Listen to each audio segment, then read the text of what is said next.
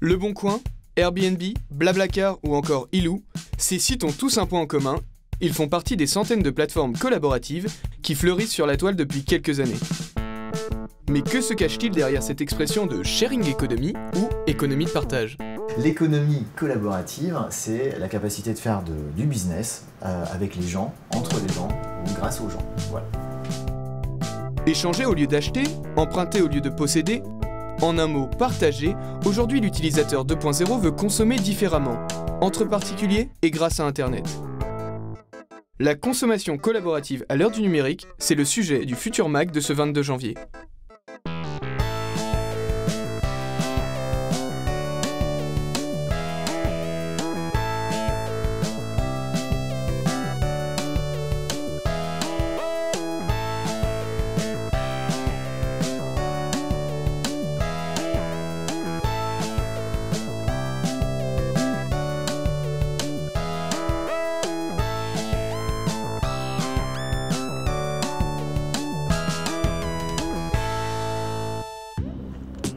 Alexis est un étudiant en géographie de 24 ans. Ce week-end, il voudrait partir pêcher à la campagne. Mais comme beaucoup de jeunes, il n'a pas les moyens de se payer une voiture. Il a donc choisi de la louer. Mais avec une méthode pas comme les autres. Voilà, plus qu'à récupérer les clés dans ma boîte à gants.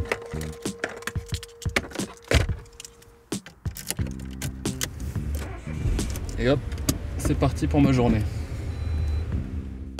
Alexis a fait appel à une plateforme d'autopartage qui lui permet de louer sa voiture uniquement à des particuliers.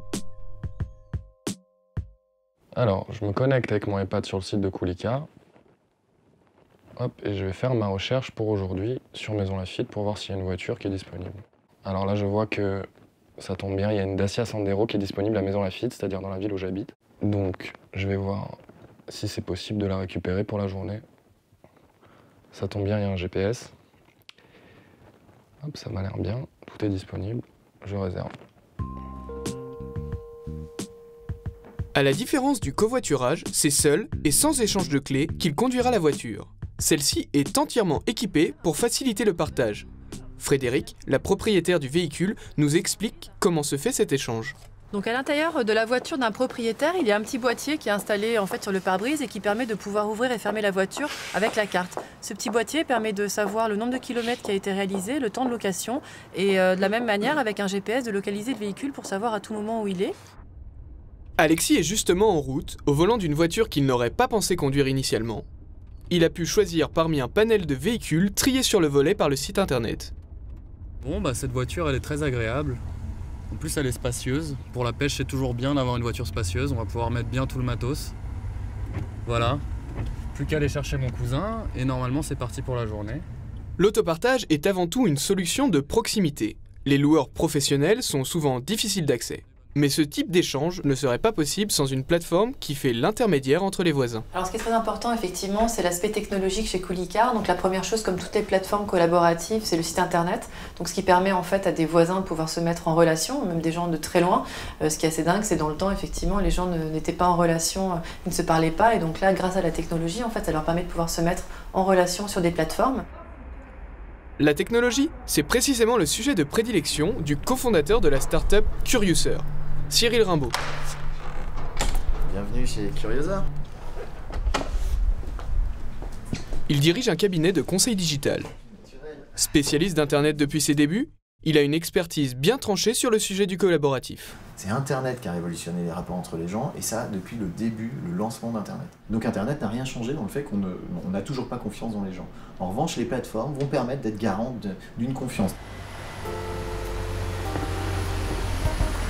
Dans le cas d'Alexis, c'est en attestant qu'il possédait 9 points sur son permis et 5 ans d'expérience de conduite qu'il a pu bénéficier de l'assurance proposée par la plateforme d'autopartage. Ainsi, il peut partir sereinement en oubliant presque qu'il n'a jamais rencontré le propriétaire de la voiture.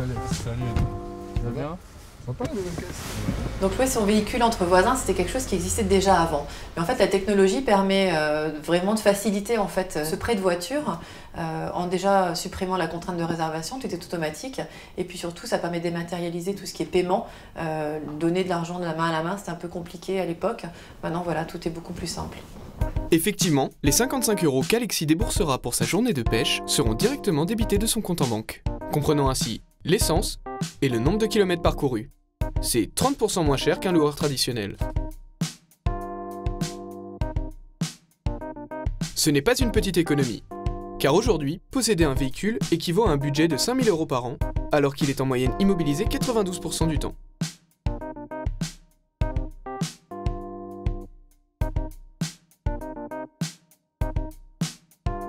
Au fil des années, on voit qu'en fait, les propriétaires de véhicules commencent à se désintéresser de leur véhicule. Ça devient vraiment un objet d'usage et non plus un objet de paraître. Plus ça va aller, moins il y aura de véhicules particuliers. Il y a tout un tas d'ensembles de nouvelles technologies et de nouvelles formes de trajets, en fait, avec Blablacar, Uber, d'autres styles d'autopartage. Mais le collaboratif ne révolutionne pas seulement le secteur des transports. C'est une tendance de fond. L'hôtellerie, le tourisme, il s'intègre partout. Prêter sa voiture, prêter son appartement ou même son aspirateur sont des pratiques qui ont toujours existé entre voisins. Mais aujourd'hui, cette manière de consommer entre particuliers se démocratise sur des plateformes de partage. Et avec la crise, c'est plus de 3,8 millions de Français qui sont adeptes du partage de biens sur Internet. Un nouveau consommateur voit le jour, un utilisateur connecté qui partage tout, parfois par conviction, mais souvent pour des raisons économiques. Partager est aussi devenu une façon de retisser des liens sociaux. C'est justement dans un espace de coworking collaboratif, l'Anticafé, qu'Émilie Morcillo nous accueille. C'est un nouveau concept de café, un open space pas comme les autres, qui prône des valeurs de partage. Apprendre aux entreprises à travailler dans le collaboratif, c'est justement le métier d'Émilie Morcillo. Elle fait ainsi face aux nouvelles envies du consommateur. Le consommateur collaboratif cherche l'achat malin, cherche à accéder à des biens et des services différemment sans forcément acheter. C'est la prédominance de l'usage sur la propriété qui définit ce type de consommateur. Voilà, c'est un nouveau consommateur qui souhaite être producteur, être coproducteur de ce qu'il consomme. C'est le cas de Lorraine, 23 ans. La consommation collaborative va être pour elle une solution pratique pour se retrouver entre amis. En fait, je voulais faire une soirée raclette ce soir, mais plutôt qu'acheter une machine, je me suis dit que ça pouvait être intéressant de la louer à un particulier. Et du coup, je suis tombée sur Ilou. Ilou est un des leaders des plateformes de location de biens entre particuliers. Créée en 2009, elle met en relation plusieurs dizaines de milliers d'utilisateurs, louant tout type d'objets. La start-up surfe sur la vague du collaboratif en posant une simple question. Pourquoi acheter une perceuse alors qu'on l'utilise en moyenne 12 minutes par an ? Le marché de la location est en forte croissance. On note que 8 Français sur 10 estiment qu'il est plus important d'avoir accès à un produit que de le posséder. Ce qui va au départ déclencher cet achat, c'est l'économie, le côté partage et le côté voilà, je vais vivre une nouvelle expérience consommatoire. C'est une bonne façon de changer et d'avoir des enjeux autres que ceux simplement de l'achat d'un produit. Des enjeux qui vont au-delà de la possession d'un produit et d'un service, mais qui deviennent des enjeux plus humains. Ok, à tout de suite. Ce matin, après avoir scruté les annonces pour trouver une machine à sa convenance, Lorraine se rend à Boulogne-Billancourt. Elle s'est mise en relation avec Léa, étudiante elle aussi. Installe-toi. L'e-commerce, c'est quoi? J'achète un bien ou j'achète éventuellement un service, et puis une fois que c'est acheté, c'est bon. Et quelque part, j'ai pas besoin d'avoir un contact humain, j'ai pas besoin de rencontrer quelqu'un. Quand j'utilise une plateforme collaborative, je sais que je serai forcé de me côtoyer avec une personne, de me frotter à une autre personne. Merci. Alors voilà la bête. Donc je l'ai nettoyée, elle est propre, pas de problème. T'as 6 palettes. Super. Là t'as le bouton justement. Valeur de l'appareil à l'achat, 50 €. Essaye d'attendre un peu. Mais le temps d'une soirée, la machine coûtera à Lorraine la modique somme de 5 €. Je t'ai mis un sac là pour que tu puisses la transporter. Super. Et voilà, c'est à peu près tout. En fait, j'ai connu Ilou il y a 3 mois quand j'ai emménagé. C'est une copine qui m'en a parlé. J'ai loué une perceuse et je me suis dit pourquoi pas moi. Donc j'ai mis en ligne ma machine à raclette. Donc en plus, ça permet de faire des rencontres et de gagner un peu d'argent. Sachant que le consommateur, quand il commence à faire ça, en fait, plus il le fait, plus il a envie de le faire et de développer à d'autres usages. Ce qui est super, il n'y a pas d'échange d'argent, tout passe par le site. Et du coup, en fait, on a juste à signer un contrat. Pour les transactions comme celle-ci, le site internet récupérera 20% de commission. Maintenant, ce qui est intéressant, c'est que ces liens qui étaient digitaux deviennent des liens physiques maintenant, des liens analogiques. On est passé d'un envoi de mail à pourquoi pas une véritable rencontre physique à un moment, grâce à une plateforme qui va favoriser et qui va justement être un tiers de confiance entre deux personnes. Merci, une bonne soirée. Ouais, salut. Pour gagner la confiance du consommateur, les plateformes collaboratives doivent redoubler d'efforts. Vérification des identités des membres, du numéro de téléphone, de l'adresse mail et parfois même des réseaux sociaux.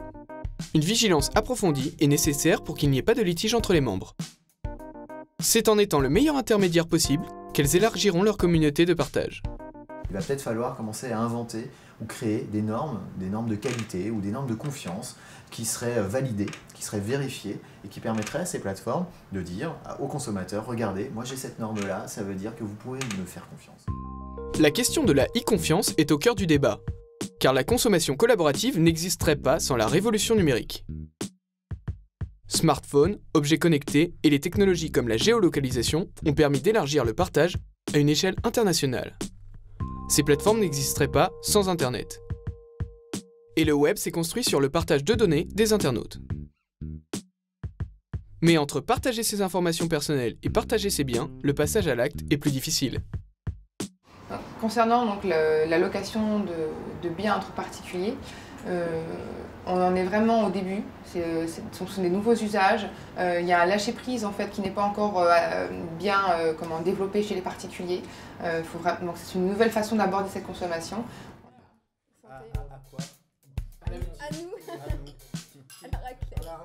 On peut toutefois s'interroger sur la légitimité de la location de ces biens. La monétisation abusive du moindre objet pourrait faire perdre les valeurs initiales du partage. Mais qui tire les ficelles de cette nouvelle façon de consommer? Principalement des startups ou jeunes pousses de l'entrepreneuriat. Pour en savoir plus sur ces nouvelles entreprises, rendez-vous à Meet Your Startup, un forum de rencontre entre des étudiants et les startups qui recherchent les meilleurs éléments.